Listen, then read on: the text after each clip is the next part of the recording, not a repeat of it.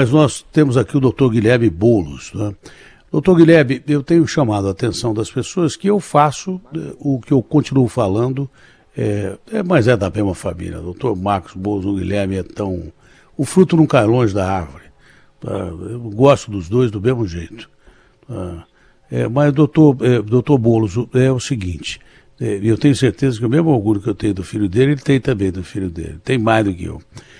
Doutor Boulos, o detalhe é o seguinte, né? Os caras ficam olhando aqui, prestando atenção para ver se eu cometo erro, acordando às 5 horas da manhã, não conseguindo dormir mais, fazendo programa às 9, aí qualquer coisa que você fala errado, o cara fala no seu ouvido. Mas quando você precisa de ajuda, ninguém fala no seu ouvido.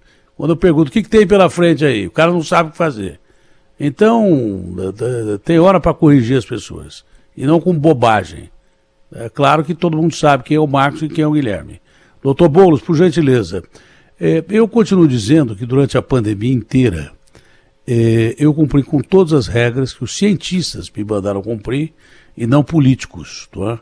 Eu não peguei nem gripe, tomando vacina, usando máscara, tendo distanciamento. Uma coisa que eu incorporei com 65 anos de idade à minha atividade normal. Tá?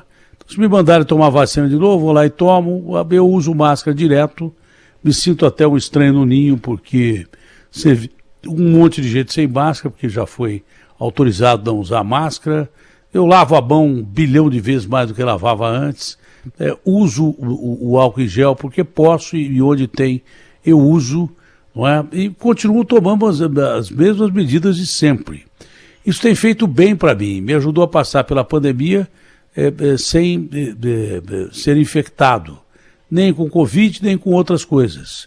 Agora, quando se fala que a China fecha, a Coreia do Norte fecha, você começa a ficar esperto.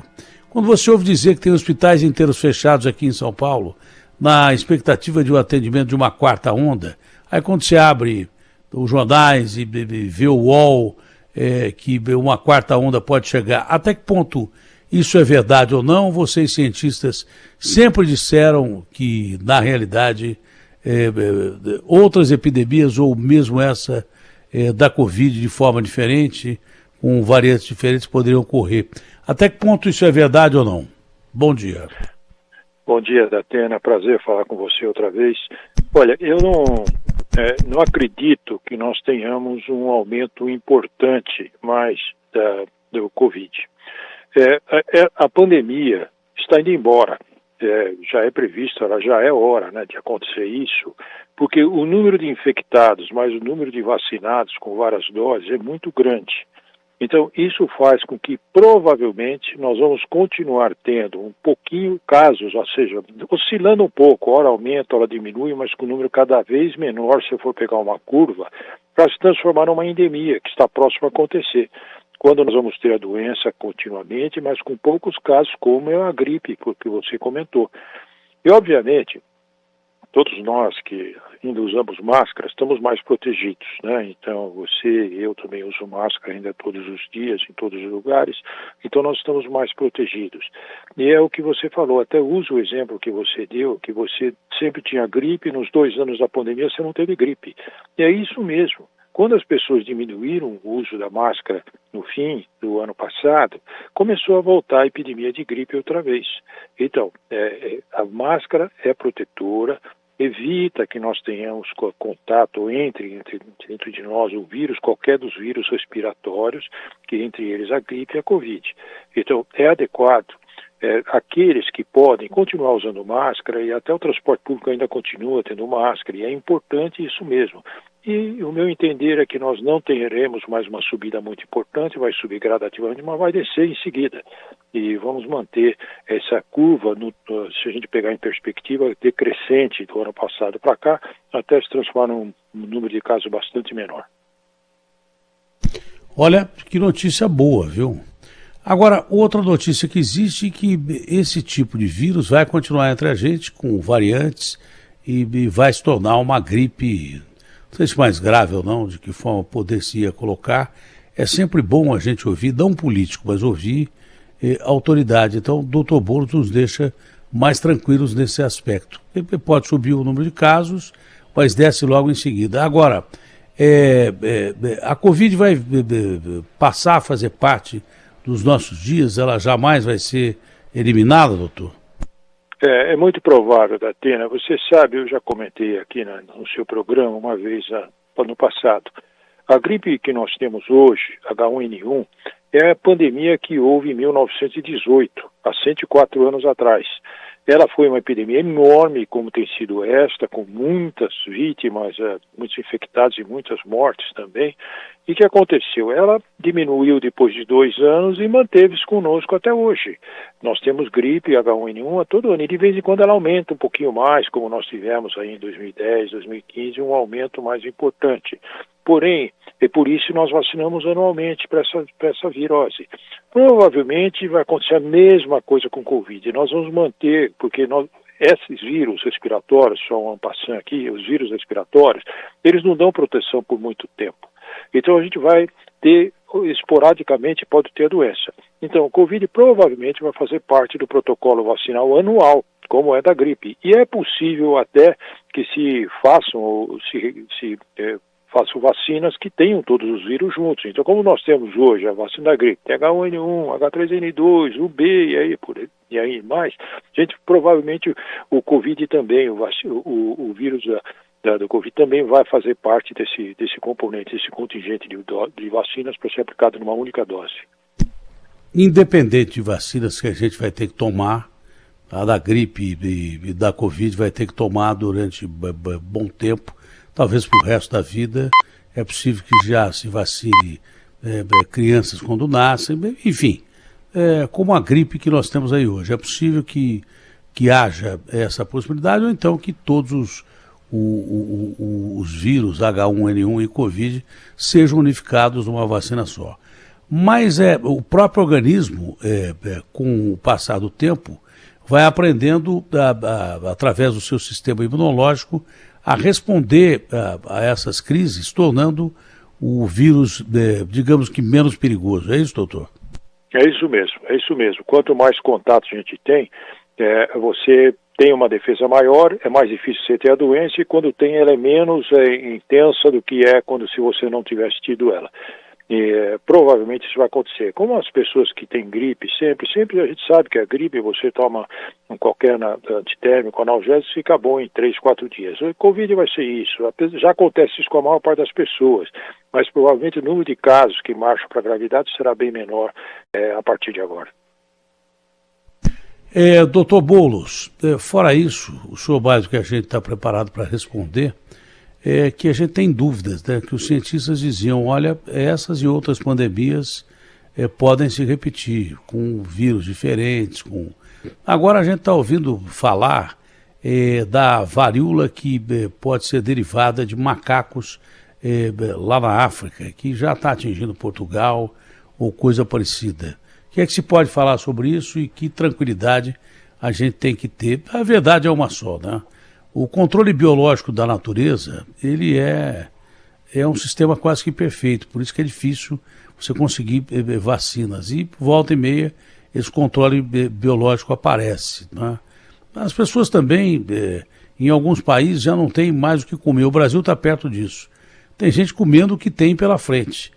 E é provável, bem provável, que ao invés de acidente de laboratório lá na China, alguém tenha comido o tal de pangolim mesmo, e daí de repente apareceu essa doença, como lá atrás outras vezes aconteceu essa forma de transmissão do bicho para a gente. Mas enfim, essa história de varíola de macaco, o senhor já deve ter tido contato com essa notícia, claro, muito antes que a gente. Como é que o senhor observa isso e possíveis outras pandemias que com certeza virão? Veja, nós estamos sim sujeitos a pandemias cada vez mais, até pelo hábito do homem. Nós somos hoje muito, né? Hoje nós somos 7 bilhões de pessoas, quanto antes eram muito menos. E essas pessoas estão localizadas em lugares que antes não tiveram. Muitas delas não iam para a região de matas, não moravam em regiões de matas. Então, hoje, não se alimentavam com alimentos animais silvestres. Hoje os nossos hábitos fazem com que nós tenhamos contato mais próximo com os animais silvestres e que até através de ingestão. E aí a gente fica sujeito mesmo a micro-organismos, vírus, bactérias, principalmente vírus, diferentes, que nós não temos contato antes. E eles podem, dentro do nosso corpo, sofrer mutação e transmitir, fazer uma doença humana. O caso do Covid foi típico, era uma doença de morcego, né? Então, provavelmente, para a ingestão de sopa de morcego, que já acontece na China, o vírus veio, sofreu mutação e aí se disseminou. No caso da varíola, a varíola é uma doença muito conhecida de nós, morreram muitas e muitas pessoas de varíola, e a varíola foi erradicada do mundo através de uma vacina que foi eficaz. Nós, os mais idosos, já tomamos essa vacina mais de uma vez, por sinal, no passado. A varíola, doença de macaco ou de qualquer outro animal, ela só pode ser preocupação para a gente quando ela ser transmitida para o ser humano e aí por sofrer as mutações adequadas. Não sei se a vacina, essa varíola de macaco, se ela é o mesmo tipo de varíola humana que nós tivemos no passado e que a vacina cobriria, porque nós temos, a vacina existe ainda, só que a vacina, o vírus, ela está sendo mantido apenas em 2 laboratórios no mundo, o laboratório do CDC nos Estados Unidos, em Atlanta, e um laboratório na Rússia. Então, eles têm o vírus para si e podem produzir a vacina se necessário for. Eu não sei a dimensão, se essa varíola é diferente do vírus da varíola que nós tínhamos, né, e se a vacina cobre. Ainda nós vamos conhecer. Agora, de antemão, não é tão simples você ter uma doença de macaco passar para o homem, né, por causa da necessário uma proximidade grande. Isso pode acontecer, mas não é tão simples. Então, a gente precisa avaliar com um pouquinho mais de cuidado e um pouco mais de tempo até para saber como isso vai se desenvolver, com as características desse novo vírus de macaco aí, né? Para encerrar, com essa conotação que o senhor deu, justifica se você isolar determinados hospitais aqui em São Paulo só para atendimento de Covid e, por enquanto, não atender mais ninguém, ter o hospital fechado, só esperando o caso de Covid? Eu acho que não mais, né? Hoje o número de casos não é tão grande, a maior parte dos casos são baixíssima gravidade, não precisam de hospitalização, poucos ainda, claro que aumentou o número de casos, aumenta o número de internação, mas o número de casos hoje de gravidade é bem menor do que foi nos surtos anteriores do ano passado, principalmente em março, abril do ano passado. Então, eu não creio que seja necessário você ter hospitais específicos para isso. Você tem, no máximo, ampliar, em alguns lugares, quando acontecer maior número de casos, ampliar as enfermarias relacionadas às doenças respiratórias. Isso você pode fazer, né? Você dá uma maleabilidade maior aos hospitais. Porque o que acontece é que quando você se dedica apenas a uma doença, você para de cuidar das outras, né? Então, os hospitais que são específicos para uma doença, então, aqueles que estão na fila, porque tem muitos pacientes que estão sendo acompanhados por hipertensão, diabetes, ou mesmo aqueles que têm traumatismo, acabam não tendo lugares para atendimento adequado. Então, o adequado hoje é manter os hospitais como estão e simplesmente, se houver uma demanda maior, aumentar o número de atendimento às doenças respiratórias. Bom, doutor Marcos Boulos, foi um prazer falar com o senhor, um abraço grande, ótima sexta, bom trabalho e ótimo fim de semana. Abraço para o Guilherme. Para você também, Datena, um abraço a você e a todos os ouvintes aí da... Bom dia ao senhor.